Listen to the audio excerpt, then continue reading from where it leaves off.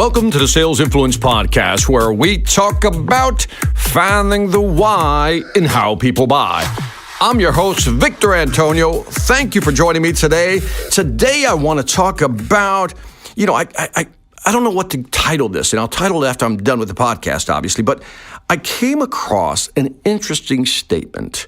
And sometimes, by the way, if you've heard me talk about my golden bookshelf, you know that I have, I think, one of the best book collections in terms of sales, influence, and artificial intelligence. I have that combination. And I was reading this book that was written in 1985. Yes, you heard that correctly.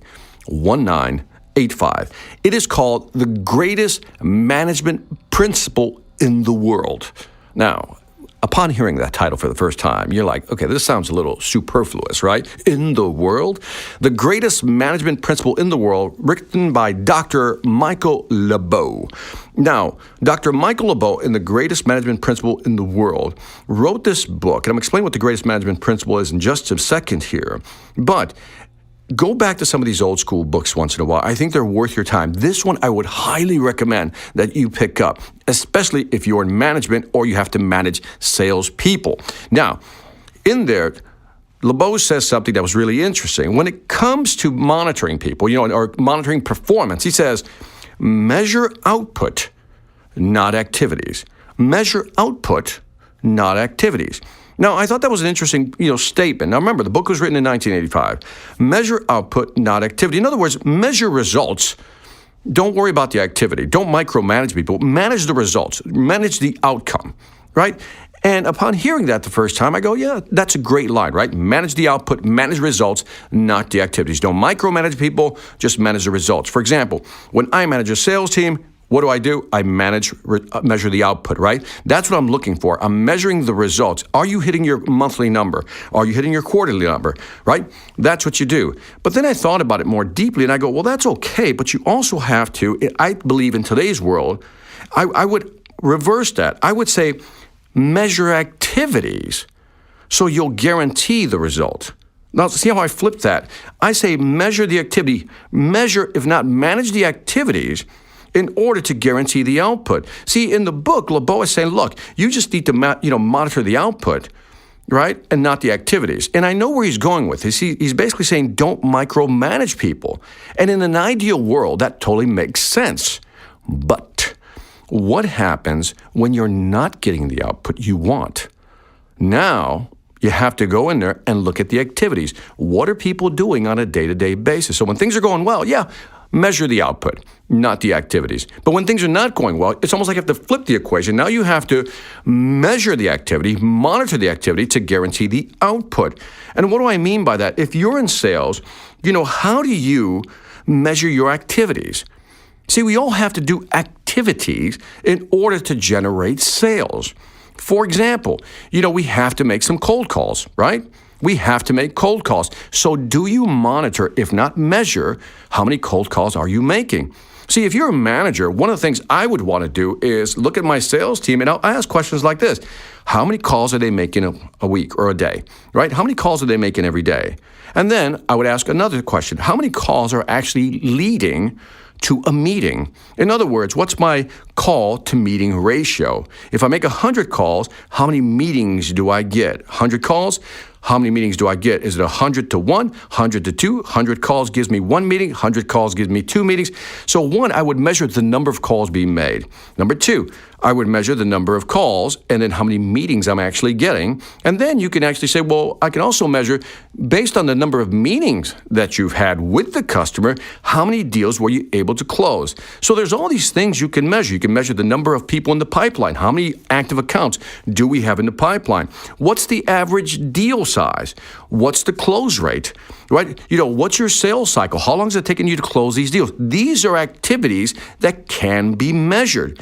And again, this is not a new concept.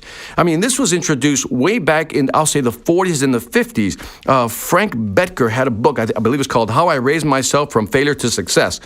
And these metrics were being implemented back then because you have to measure activity. Because if you measure the right activities, now that's key.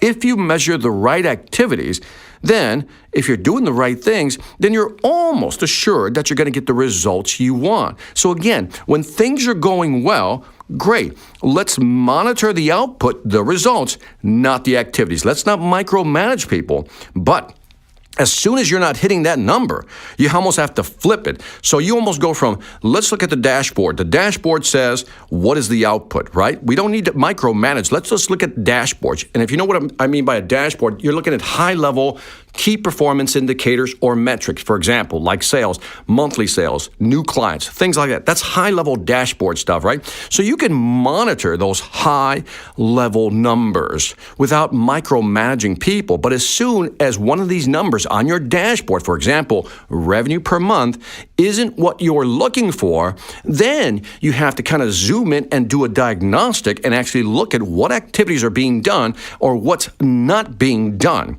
Now, in the book, just to kind of tie this down, that Michael LeBeau wrote, Dr. Michael LeBeau wrote, The Greatest Management Principle, he says something that's very fascinating. He said, the things that get rewarded get done. The things that get rewarded get done. And what he is saying is that if something is not getting done, you have to look at your reward system or compensation system. Now, when he uses the word reward, it isn't just money. It could be recognition, some physical award. You can do it many different ways. But I love the fact that if you're not hitting your numbers, you look at activities. And if there are certain activities that are being done, great. But if there are activities that you know have to be done and they're not being done, then you have to ask yourself what he calls the second question. How are they being rewarded? So in other words, if you want somebody to do the activities that are not being done, you have to find a way to recognize them, reward them. And again, not just monetary. It could be just recognition or encouragement, but you have to find a way to reward people for doing the right activities. Let me say that again. You have to find a way to reward people for doing the desired activities you want them to do. Because if they're not doing them, it's because as they perceive it or may perceive it, there's nothing in it for them. They don't see the benefit. But if they know you as a manager are monitoring those activities that you want them to focus in on and you're recognizing them, you're rewarding them, that they're more likely to do those activities than not. And you know, based on your experience, that if they do those activities, they will get the desired output. So again, let's look at high-level numbers, measure the results, let's not micromanage. But once that isn't working, let's, in a sense, look at activities and then reward those activities that we want to encourage our folks, our sales team, our people to do so they'll hit their numbers. So check out the book. Again, Dr. Michael LeBeau, The Greatest Management Principle in the World. Although it was written in 1985, it is worth your time and effort to read that book. And that is it for this Sales Influence podcast. Again, don't forget to leave me some feedback on iTunes, Stitcher, or YouTube. Let me know what you think. Also, check out my online sales training program, the Sales Velocity Academy. Room. If you want to go faster in selling, you need to check out my courses. I'm adding one every month. And again, I cut out all the BS, all the fluff. It's all about content that will help you be more successful. Check it out, salesvelocityacademy.com.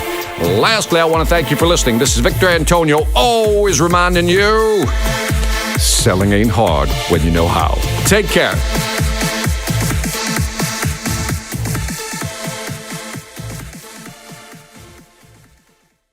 Hi, I'm Victor Antonio. I'm an author, sales trainer, and keynote speaker.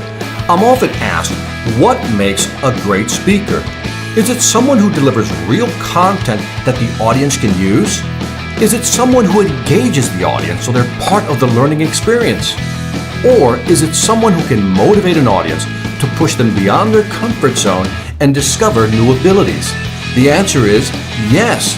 But the most important thing to remember is that I'm not there to look good. I'm there to make my client look good. Simply put, it's never about me, and it's always about them.